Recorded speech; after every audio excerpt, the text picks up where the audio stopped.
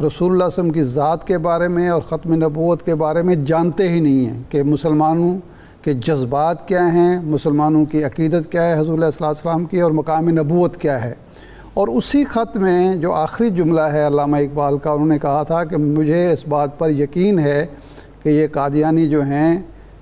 اسلام اور ہندوستان کے غدار ہیں۔ یہ علامہ اقبال کے الفاظ ہیں جو جواہر لال نہرو کے نام خط ہے۔ تو اس پس منظر میں ایک تحریک پورے ملک میں پھیل گئی کہ اب ان کے حوصلے، ایک محدود گروہ جو ہے، اقلیت جو ہے، اس کے حوصلے بلند ہو گئے ہیں کہ ہمارے طلباء کو اس بات پہ مارا پیٹا جاتا ہے کہ وہ خاتم النبیین کا نعرہ لگاتے ہیں، یا رسول اللہ کا نعرہ بلند کرتے ہیں۔ تو وہ تحریک جب پھیلی تو ذوالفقار علی بھٹو نے پوری قومی اسمبلی کا اجلاس بلایا اور قومی اسمبلی کو ایک پارلیمنٹ کو ایک کمیٹی کا درجہ دے کر وہاں یہ ڈسکشن شروع ہو گئی۔ یہ ڈسکشن چلتی رہی 3 مہینے تک، اور آخری جو واقعہ ہوا وہ یہ ہوا کہ مرزا ناصر احمد تھے اور جو دوسرے گروہ تھا ان کا، ان کے امیر کو وہاں بلایا گیا۔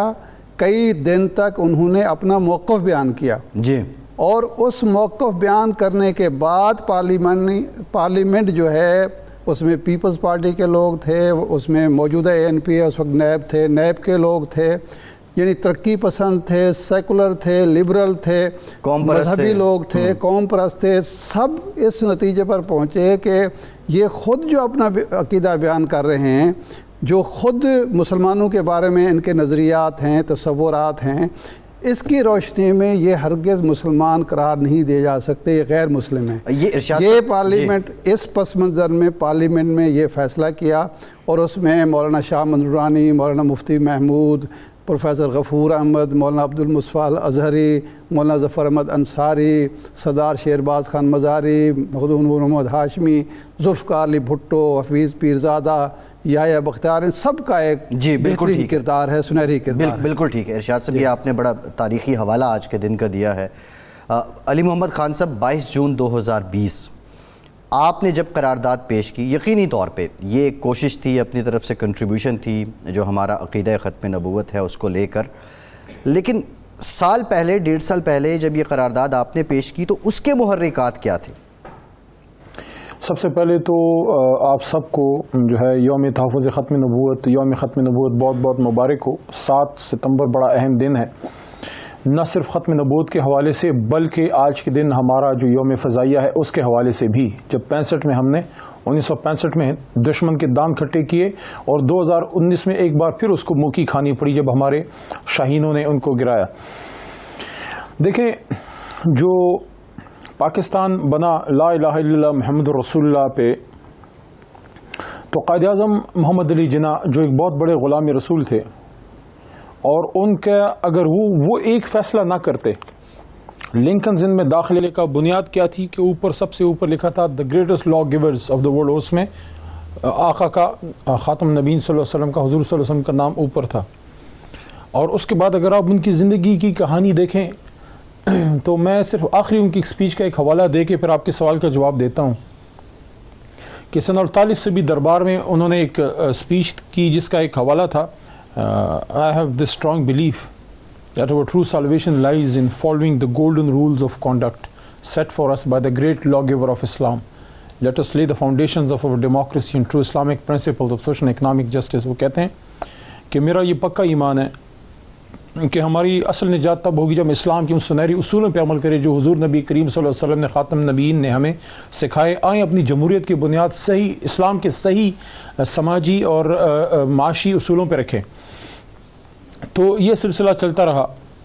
اور یہ جو ایک بہت بڑا کارنامہ ہماری اسمبلی کا تھا، میں ان سب کو آج سلام پیش کرتا ہوں 7 ستمبر کے اس عظیم کارنامے پہ کہ دنیا میں بے شمار مسلمان ہیں، اربوں مسلمان ہیں، بہت سے ملک ہیں،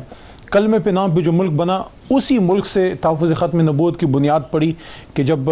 7 ستمبر کو پاکستان کے قانون ساز اسمبلی نے فیصلہ کیا کہ جو ختم نبوت پہ یقین نہیں رکھتا وہ مسلمان نہیں ہے، چاہے وہ قادیانی ہو، جو بھی ہو۔ اب یہاں پہ سوال یہ ہے کہ اتنے سالوں بعد پھر خاتم النبیین کی قرارداد کی ضرورت کیوں پیش آئی؟ دیکھیں، قانون تو پاس ہو گیا، لیکن 1 2 3 نسلیں بیچ میں جوان ہو گئی ہیں۔ اب ہمارا جو بچہ ہے اس کو ہمیں بتانا پڑے گا کہ ختم نبوت کیا ہے، اور درسی کتب میں لانے کا فائدہ کیوں ہوا اور فائدہ کیا ہے. اور مجھے بڑی خوشی ہوئی اس سال درسی کتب کی کاپی کسی نے مجھے دکھائی تو اس میں حضور نبی کریم صلی اللہ علیہ وسلم کے نام نامی مبارک کے ساتھ خاتم النبیین لکھا ہوا تھا. اس کا فائدہ یہ ہے کہ جب آپ کا چھوٹا سا بچہ چھوٹی سی عمر میں دوسری تیسری جماعت میں چوتھی جماعت میں فرسٹ میں KG نرسری میں اپنی توتلی زبان میں اپنے ماں باپ سے پوچھے گا کہ بابا یہ یا اماں جی یہ خاتم النبیین کیا ہوتا ہے, وہاں سے اس کی خون میں یہ بات جو ہے وہ اس کے ذہن میں آئے گی کہ ختم نبوت کیا ہے. اور ختم نبوت اسلام ہے, کیونکہ اسلام پہ میں عالم دین نہیں ہوں, عام سا سیاسی کارکن ہوں, اور جس طرح میرے لیڈر عمران خان صاحب وہ خود بھی غلام رسول ہیں, ختم نبوت پہ پورا یقین رکھتے ہیں اور وہ مدینہ کی ریاست کی بات کرتے ہیں. لیکن میرے خیال میں 1400 سال میں جو سب سے بڑی سازشیں ہوئی ہیں تو اس میں ایک ہی قادیانیت کا فتنہ ہے. ٹھیک ہے, نان مسلم ہے, رہیں اس ملک میں, ان کو پورا حق ہے, ان کو ہر طرح کی سیکیورٹی یا جان کا تحفظ ریاست کی ذمہ داری ہے. لیکن کوئی یہ کلیم نہیں کر سکتا کہ اگر وہ نبی کریم صلی اللہ علیہ وسلم کو آخری نبی اور رسول نہیں مانتا وہ کہے کہ میں مسلمان ہوں, کیونکہ نقل کبھی اصل کا نعم البدل جو ہے وہ نہیں ہو سکتی. اور دنیا میں عارف صاحب افتخار عارف صاحب, دنیا میں افتخار عارف ایک ہی ہے, علی محمد ایک ہی ہے, دنیا میں پاکستان نامی ملک ایک ہی ہے. ہم دنیا کے ہر ملک کو تسلیم کریں گے لیکن کسی ایسے ملک کو تسلیم نہیں کر سکتے جو کلیم کرے کہ میں پاکستان ہوں. اور اسی طرح میں UK کی مثال دوں گا, یونین جیک جو ہے یا ان کا جو جھنڈا ہے کوئی دوسرے ملک کو لہرانے کی اجازت نہیں ہے. ایک کی کتاب کوئی لکھتا ہے اس کے کاپی رائٹس اسی کے پاس ہوتے ہیں, ایک کوئی شخص کوئی تخلیق کرتا ہے اس کے کاپی رائٹس اسی کے پاس ہیں اور اسی پہ ختم ہوتے ہیں. یہ نہیں ہو سکتا کہ آج میں ایک کتاب تخلیق کروں, میرے نام سے چھپ جائے اور 20 سال بعد کوئی اور آ کے کہے کہ نہیں وہ اصل نہیں تھی, اب مجھے بھی اختیار ہے میں بھی اسی نام سے کوئی اور کتاب چاہوں. No, it can not happen. Islam is a religion which believes in the finality of the Prophet Muhammad صلی اللہ علیہ وسلم کہ نہ کوئی رسول نہ کوئی نبی ان کے بعد جو ہے وہ آئے گا. اب یہ ہماری ذمہ داری ہے کہ ہم اپنے آنے والی نسلوں کو غلام رسول بنائیں, ان کو بتائیں کہ یہ کتنی بڑی سازش ہے. تو یہ وہ ایک بہت بڑا فتنہ ہے جو اسلام کے خلاف پچھلے کئی سو سالوں میں شاید بہت بڑا فتنہ تھا. اور میں سمجھتا ہوں کہ یہ جو 7 ستمبر کا ہمارے آباء و اجداد کا کارنامہ ہے کہ انہوں نے وہ قانون پاس کیا 7 ستمبر کو رد قادیانیت کا, میں سمجھتا ہوں 22 جون 2020 ایک اور تاریخ ساز دن تھا جب اسی کی کنٹینویشن میں ہم نے خاتم النبیین صلی اللہ علیہ وسلم کی قراردادیں اور سب نے مل کے پاس کی. اور اس میں میں اپریشیٹ کرتا ہوں افتخار صاحب, آپ کو بھی میں کہنا چاہ رہا ہوں, ارشاد صاحب جی, فیصل بھائی آپ کو بھی, کہ اس میں مسلمانوں سے زیادہ وہاں موجود نان مسلم ممبرز کو بھی میں اپریشیٹ کرنا چاہتا ہوں کہ انہوں نے بھی یونانیمسلی اس کو سپورٹ کیا تھا. جی علی محمد صاحب, ایک بات جو اس وقت سامنے آ رہی ہے, ریاست مدینہ کا نام لے رہے ہیں عمران خان صاحب, انہوں نے جو UN میں کہا کہ حضور علیہ السلام کی جب گستاخی ہوتی ہے تو مسلمانوں کے دل جلتے ہیں,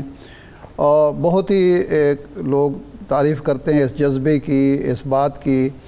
یکساں نصاب کا جو فیصلہ موجودہ حکومت نے کیا اس کو اپریشیٹ کیا جا رہا ہے, لیکن ایک حلقے کا یہ اعتراض ہے کہ اس یکساں نصاب میں اسلامی تعلیمات, رسول اللہ صلی اللہ علیہ وسلم, صحابہ کرام, اولیاء, ان کا تذکرہ کم کر دیا گیا ہے. جو نصاب کے اندر ان کا ہے اس کا حجم کم کیا گیا ہے. اس پر بھی توجہ دینے کی کسی نے آپ کو توجہ دلائی ہے, یا اس پر بھی حکومت کوئی سوچ رہی ہے کہ لوگوں کے اس اعتراض کو دور کیا جائے؟ دیکھیں ارشاد عارف صاحب, سوری میں نے آپ کو افتخار عارف بولا. دیکھیں ارشاد بھائی, بات یہ ہے کہ آپ کے ہمارے ملک کا وزیر اعظم جب بات کرتا ہے, ابھی بھی جو ہماری 3 سالہ کارکردگی پہ کنونشن سینٹر میں بات ہوئی تو انہوں نے ایک بات کی, زیادہ تر یوتھ ہی بیٹھی تھی,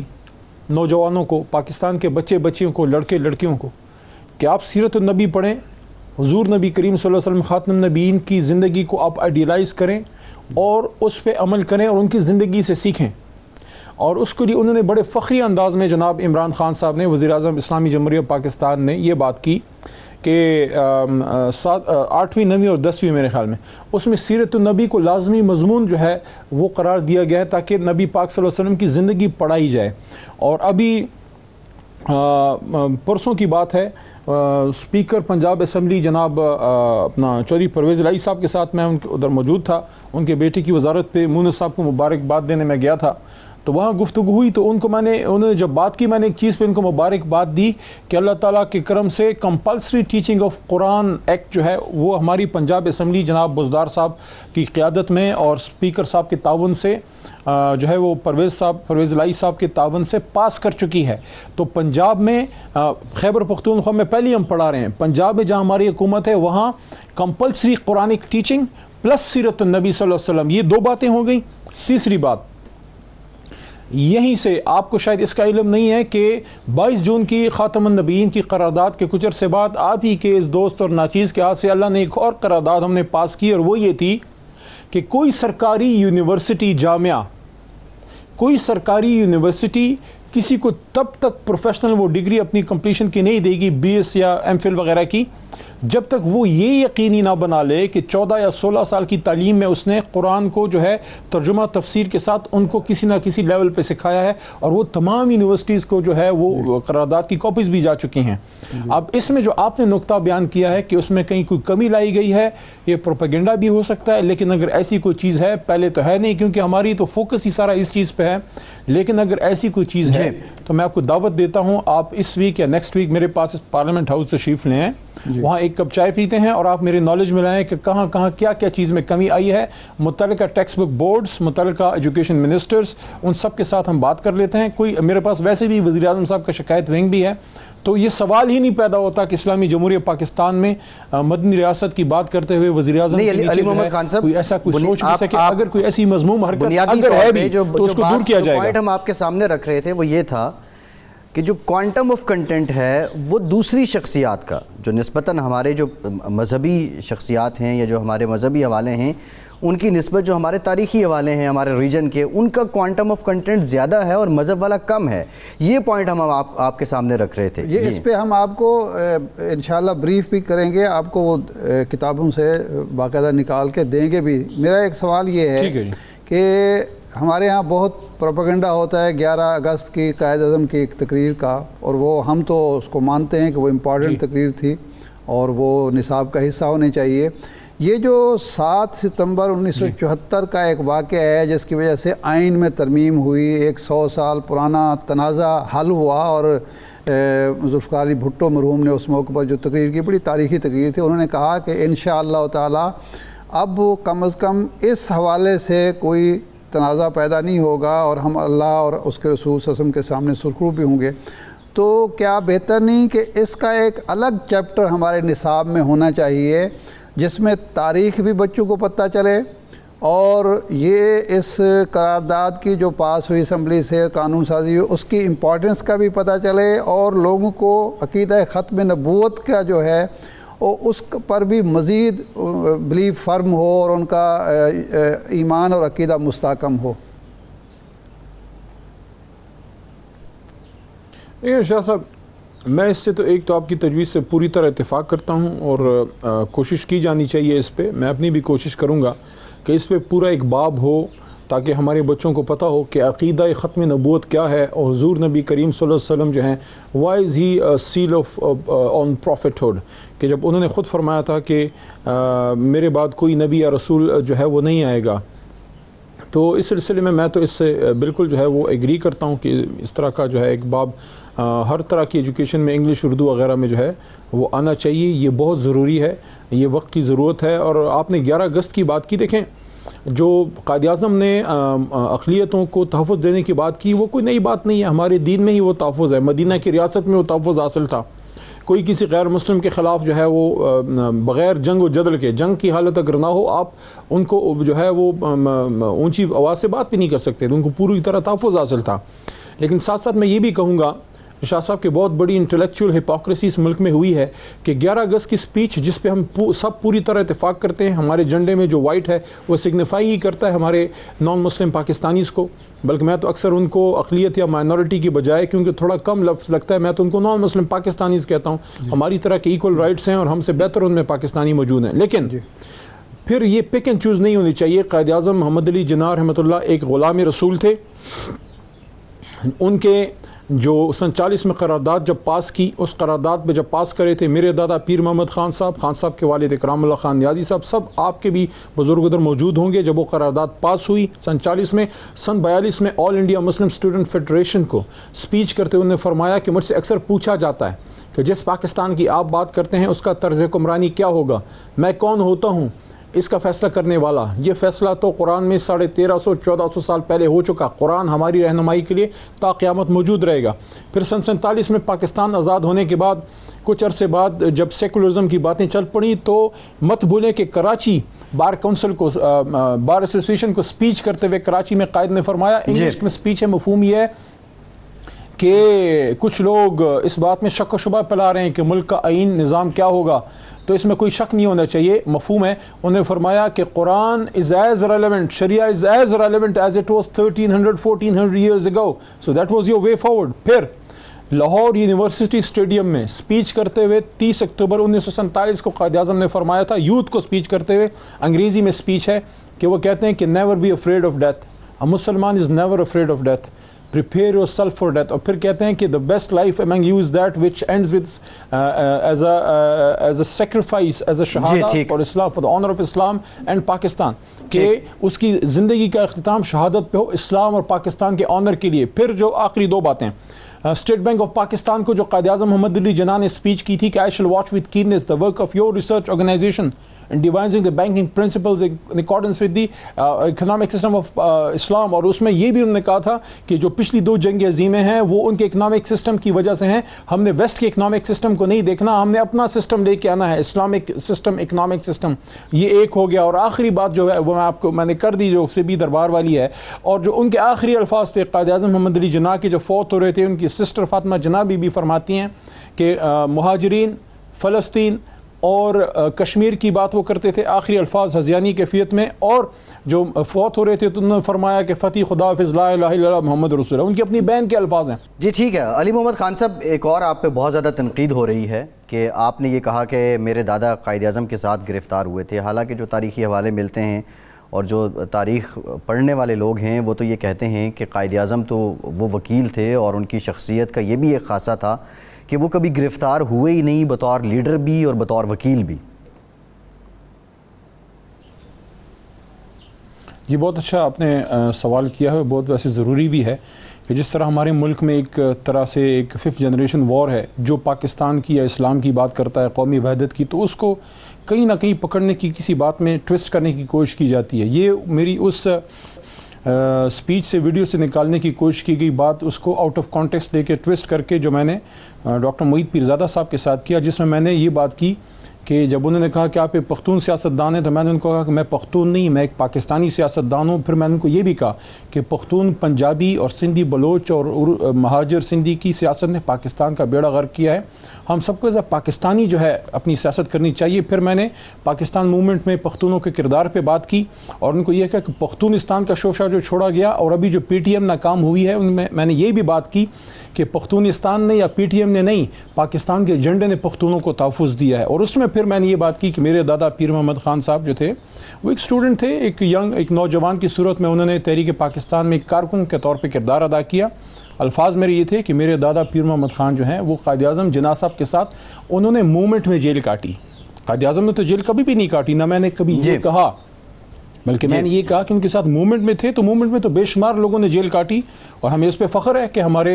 بزرگوں نے, آپ کے بھی بزرگوں نے پاکستان کے لیے قربانیاں دی ہوں گی. اس کو ٹوسٹ کرنے کی کوشش کی گئی. کبھی بھی میں نے یہ نہیں کلیم کیا کہ قائد اعظم صاحب جو ہیں وہ جیل ہو, تو کبھی بھی نہیں گئی, یہ تو ہسٹوریکل فیکٹ ہے. جی بالکل میں نے یہ کہا ٹھیک ہے, یہ آپ کی وضاحت آ گئی اور یہ بڑی ضروری وضاحت ہے. تحریک پاکستان میں جیل کاٹی, تو اس کو انہوں نے ٹوسٹ کیا. کیوں ٹوسٹ؟ اس لیے کیا کہ میں پاکستان کی قومی سیاست کی بات کرتا ہوں, میں پختون پنجابی سیاست کے خلاف جب بات کرتا ہوں تو وہ جو ہندوستان کے پیسوں پہ پلنے والے لوگ ہیں وہ پھر اس کو ٹوسٹ کرنے کی کوشش کرتے ہیں. پختونستان کا شوشہ کدھر سے آیا؟ کیا ہندوستان سے نہیں آیا تھا؟ یہ پی ٹی ایم کی فنڈنگ کدھر سے ہوتی تھی؟ جیسے ہی وہاں ان کی حکومت ختم ہوئی, بالکل ٹھیک ہے, یہ آپ کی وضاحت آ گئی ہے علی محمد خان صاحب, ہمیں اویئر رہنا چاہیے. جی بالکل شکریہ, آپ نے وضاحت کر دی, بہت شکریہ. وزیر مملکت برائے پارلیمانی امور خان صاحب ہمارے ساتھ موجود تھے, یہ وضاحت انہوں نے کر دی اور اس کو لے کے خاصی تنقید ہو رہی تھی علی محمد خان صاحب کی شخصیت پہ. یوم ختم نبوت کی نسبت سے لاہور میں مختلف تقاریب ہوئیں. ایک تقریب جس میں اسپیکر پنجاب اسمبلی چودھری پرویز الہی صاحب نے بھی خطاب کیا, اور ان کا اس موقع پہ کہنا کیا تھا, ان کے خطاب سے ایک اقتباس آپ کے سامنے رکھتے ہیں اور پھر بریک کے بعد دوبارہ آتے ہیں. آج کا دن یوم تحفظ ختم نبوت صلی اللہ علیہ وسلم کا دن ہے۔ میں اس دن پر تمام امت کو مبارکباد پیش کرتا ہوں اور میں خراج عقیدت پیش کرتا ہوں حضرت ابو بکر صدیق رضی اللہ تعالیٰ عنہ، شیر خدا حضرت علی رضی اللہ تعالیٰ عنہ، اور تمام شہداء کرام جنہوں نے جنگ یمامہ میں حصہ لیا، نبوت کے ایک جھوٹے دعوے دار کی سرکوبی کے لیے اس عظیم معرکے میں حصہ لیا اور اپنی جانوں کے نذرانے پیش کیے۔ میں یہ سمجھتا ہوں کہ قیامت تک امت کے سامنے ایک معیار قائم کر دیا گیا ہے۔ ختم نبوت کی حفاظت اور دین کی سر بلندی ایسے کی جاتی ہے۔ اس عظیم کارنامے پر ساری امت قیامت تک ان کی احسان مند رہے گی، اور اللہ کریم ہمیں ان کے نقش قدم پر چلنے کی توفیق بھی عطا فرمائے، آمین۔ اور یہاں میں یہ بھی ذکر کرنا چاہوں گا کہ اللہ تعالیٰ نے مجھے موقع دیا جہاں یہ جنگ ہوئی تھی یمامہ کی، وہاں جانے کا اور شہداء کی وہاں قبروں کے اوپر فاتحہ خوانی کرنے کا، اور وہاں ایک مسجد بنی ہے وہاں نوافل پڑھنے کا، اور یہ بڑا میں سمجھتا ہوں کہ یہ اعزاز کی بات ہے کہ وہاں جانے کا اللہ تعالیٰ نے مجھے موقع دیا۔ میں یہاں یہ بھی ذکر کرنا ضروری سمجھتا ہوں کہ برِ صغیر کے مسلمانوں کو بھی ہمیں خراج عقیدت پیش کرنا چاہیے، کیونکہ ختم نبوت میں سمجھتا ہوں کہ ہزاروں مسلمانوں نے برِ صغیر میں جانوں کے نذرانے پیش کیے، اور تب کہیں جا کے تقریباً 100 سال بعد برِ صغیر میں 1974 میں مسلمانوں کو عظیم کامیابی ملی، اور ختم نبوت کا باقاعدہ پاکستان کی اسمبلی نے قانون پاس کیا۔ میں یہ سمجھتا ہوں کہ اس میں حضرت پیر مہر علی شاہ صاحب آف گولڑا شریف، امیر شریعت سید عطاء اللہ شاہ بخاری صاحب، اور چودھری ظہور الہی صاحب شہید، اور ذوالفقار علی بھٹو صاحب، مولانا شاہ احمد نورانی صاحب، مفتی محمود صاحب، طفیل احمد صاحب سمیت اس وقت کے تمام قومی اسمبلی کے ممبر اور سیاسی مذہبی رہنماؤں جنہوں نے اس بل کو پاس کروانے میں حصہ لیا، اور یہاں میں ان کو بھی خراج عقیدت پیش کرتا ہوں کہ اس میں لوگوں کی شہادتیں بھی ہوئیں اس تحریک کے دوران۔ میں یہ بتانا چاہتا ہوں کہ ختم نبوت صلی اللہ علیہ وسلم کا کام کرنا حضور پاک صلی اللہ علیہ وسلم کی شفاعت حاصل کرنے کا سب سے آسان ذریعہ ہے۔ اللہ ہمیں اور ہماری آنے والی جو نسلیں ہیں ان کو ختم نبوت کے تحفظ اور دین کی سر بلندی کے لیے قبول فرمائے، آمین۔ یہاں یہ بھی میں ذکر کرنا چاہوں گا کہ آج اس اسمبلی میں جہاں ہم بیٹھے ہیں، ہمیں یہ توفیق ہوئی، متفقہ طور پہ ہم نے قانون پاس کیا کہ جہاں کہیں بھی حضور پاک صلی اللہ علیہ وسلم کا نام آئے گا وہاں یہ لکھا جائے گا صلی اللہ علیہ وسلم، اور ساتھ لکھا جائے گا آخری نبی، تاکہ کوئی ابہام نہ رہے۔ یہ پہلی دفعہ ہوا ہے کہ، اور یہ پھر یہاں ہم نے وہ قانون بھی پاس کیا ہے کہ اس کی سزا رکھی گئی ہے، اور ہر کتاب کے بعد یہ لکھنا پڑے گا، نہیں تو وہ کتاب ضبط کر لی جاتی ہے، اور ہم نے کئی کتابیں ضبط بھی کی ہیں، اور ٹیکسٹ بک بورڈ کو بھی اس میں ہم نے رکھا ہے تاکہ جو کتابیں پڑھائی جائیں اسکولوں میں، پرائیویٹ اسکولوں میں، وہاں بھی اسی طرح جو ہے یہ لکھا جائے۔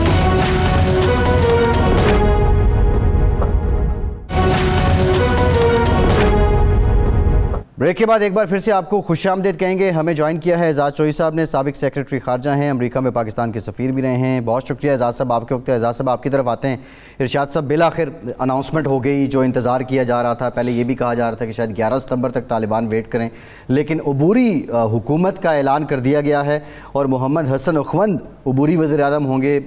ملا عبدالغنی برادر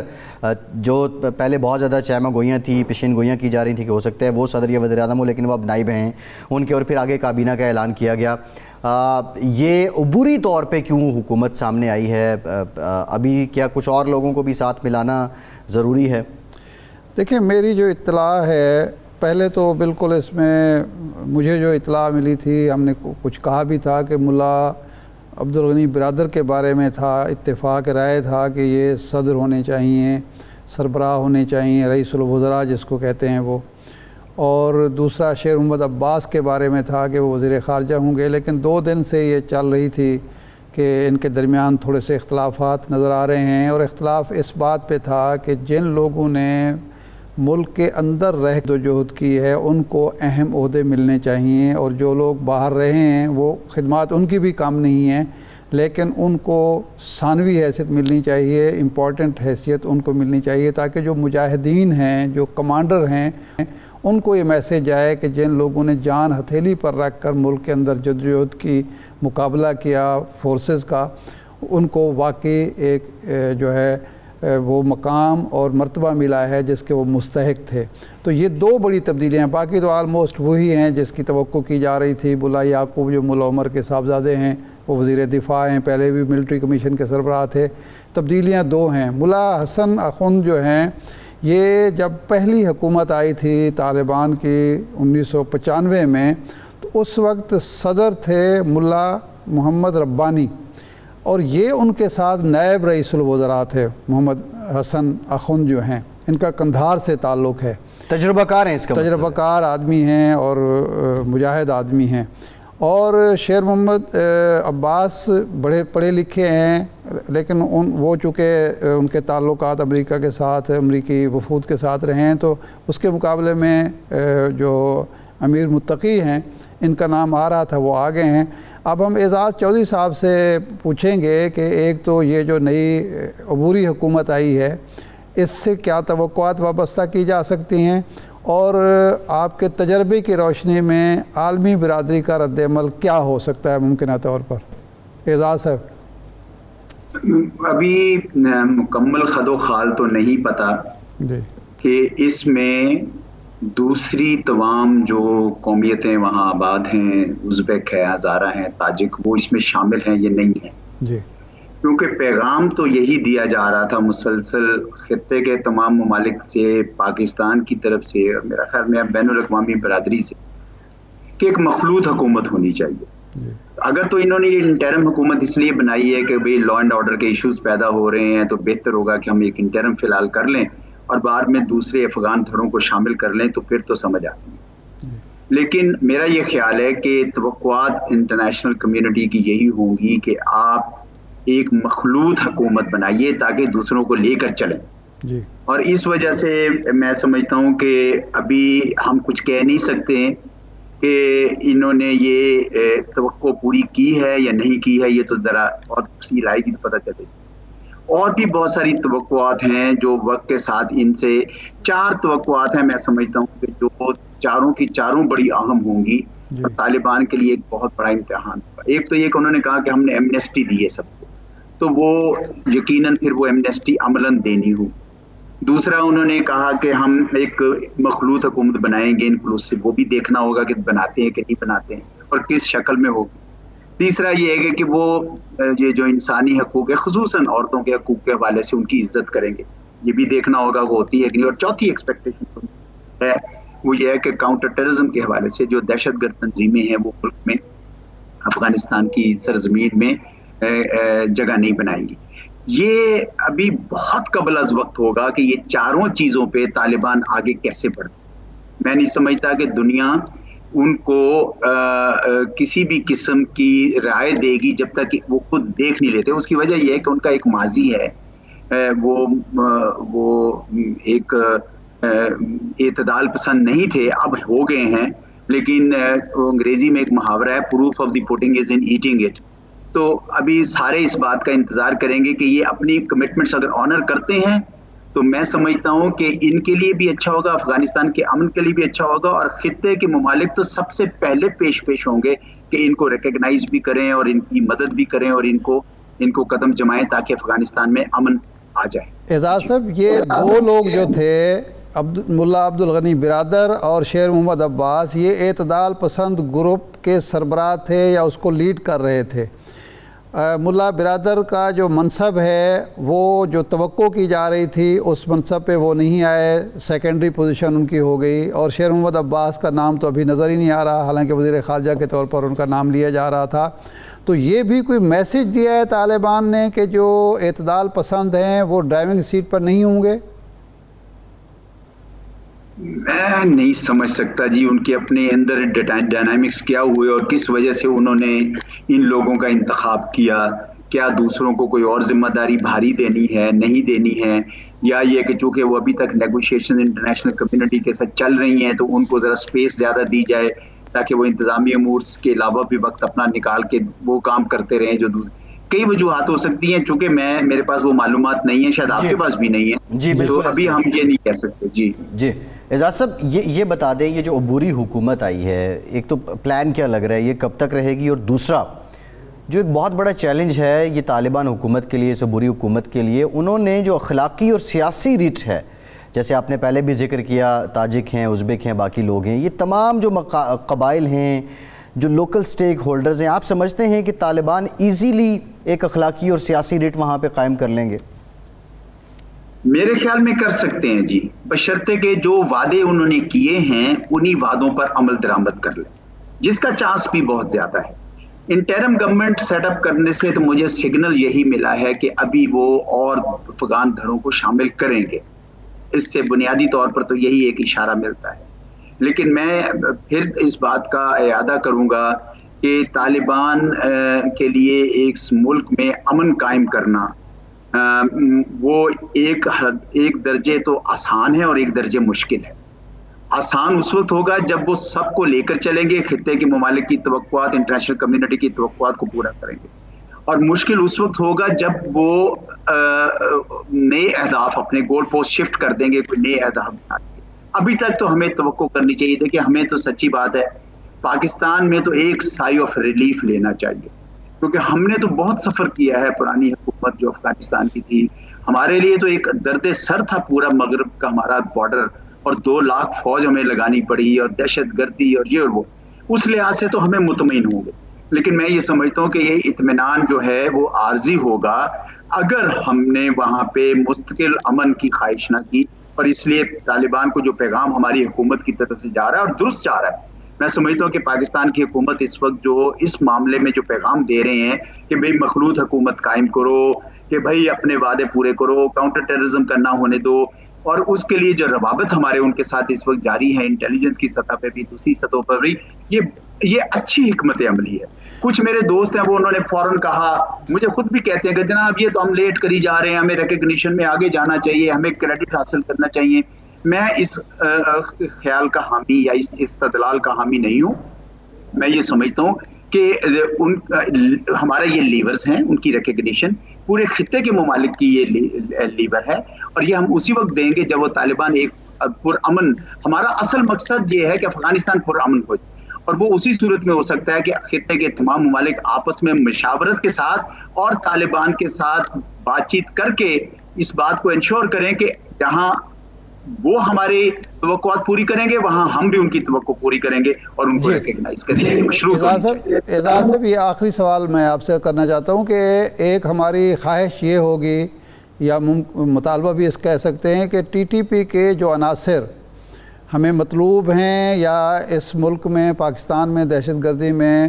ملوث رہے ہیں وہاں ان کو سپیس نہ ملے, اور اگر ممکن ہو تو وہ ہمارے حوالے کیے جائیں. طالبان کے لیے آسان ہوگا کیونکہ یہاں ان کا رول اور ہے اور کہا جاتا ہے کہ وہاں ان کا رول اور ہے. آسان ہوگا ہماری اس خواہش کو پورا کرنا یا اس ڈیمانڈ کو پورا کرنا؟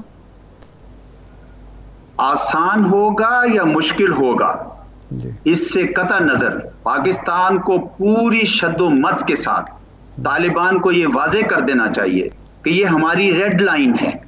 اور جس طرح کی ایشورنس آپ نے امریکہ کو دی ہے آئیسس کے بارے میں, القاعدہ کے بارے میں, ہم اس قسم کی ایشورنس چاہیں گے.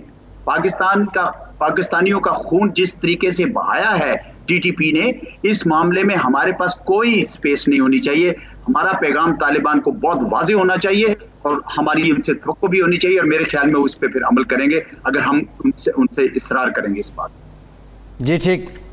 بہت شکریہ اعجاز چوہدری صاحب, آپ کے وقت کا سب کنکلوڈنگ ریمارکس ذرا دے دیں.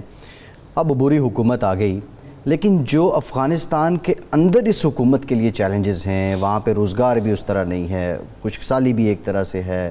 معیشت بھی نہیں ہے، بالکل دبی ہوئی معیشت ہے، امریکی پابندیاں بھی ہیں، کب تک کوئی اٹھ سکیں گے؟ یہ حکومت کچھ کر پائے گی آپ کو لگ رہا ہے؟ ہاں، اس سے پہلے میں جو ابتدا میں ہم ختم نبوت کے حوالے سے بات کر رہے تھے وہ کہنا چاہتا ہوں کہ جب یہ ربوہ کا واقعہ ہوا ہے 29 مئی کا، قومی اسمبلی میں سب سے پہلے جو یہ ایشو اٹھایا وہ چودھری ظہور الہی مرحوم تھے، اور انہوں نے ہی ایک قرارداد پیش کی اس حوالے سے، اور پھر پوری تحریک کے دوران پارلیمنٹ کے اندر بھی اور پارلیمنٹ کے باہر بھی چودھری ظہور الہی مرحوم کا کردار بہت نمایاں رہا، باقی لیڈروں کی طرح، جس طرح مولانا سید ابوالعلا مودودی کا کردار تھا، میاں طفیل محمد کا کردار تھا، اور مفتی محمد حسین نعیمی صاحب کا کردار تھا، اور لیڈرشپ کا تھا، یہ ان کا تھا۔ دیکھیں اب جو آئی ہے ایک حکومت کی صورت، ایک تو ہم لوگ یہ توقع کر رہے تھے کہ یہ 11 ستمبر کی شاید ڈیٹ ہوگی، لیکن ایسا نہیں ہوا، وہ بہتر سمجھتے ہیں۔ آج اعلان کرنے سے اور پچھلے جمعہ سے اب تک جو التوا ہوا، اس سے ایک تو بات ثابت ہوتی ہے کہ یہ کوئی نہ کوئی اندر اختلاف رائے چل رہا تھا، اور اتفاق رائے کی نوبت اب آئی ہے اور اعلان ہوا ہے۔ اچھا، اب یہ جو لوگ آئے ہیں سامنے، بہرحال